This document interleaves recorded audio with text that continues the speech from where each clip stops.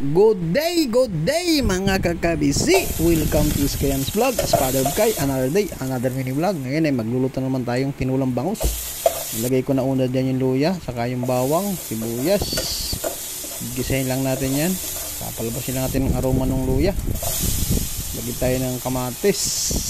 Tinula sa kamatis na bangus yan mga kakabisi. Susubukan natin, try natin kung masarap nga yung tinulang bangus. Kung sawa na tayo sa mga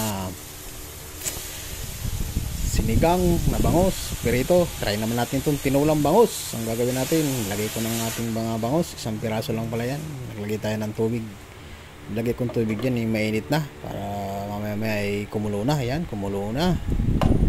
Try natin yan mga kakabisi. Kung masarap ba. Lagay tayo ng dalawang sili na green. Pampabango lang yan. Lagay na natin yung ating sayuti kasi matigas yan. Pakuluan na natin yan. Lagay tayo ng asin, paminta. Siyempre ang ating magic sarap para sumarap. Shoutout nga po pala sa aming mga bagong follower dyan. Maraming salamat po sa inyo. Lalo na po yung mga FW. Lagi po kayo mag-iingat. Okay, kumulo na. Medyo matigas pang ating sayote dyan. Okay, tingnan na natin kung malambot ng ating sayote. Lagay na tayo ng pichay. Napakasarap niyan mga kakabisi. Tinulang bangus.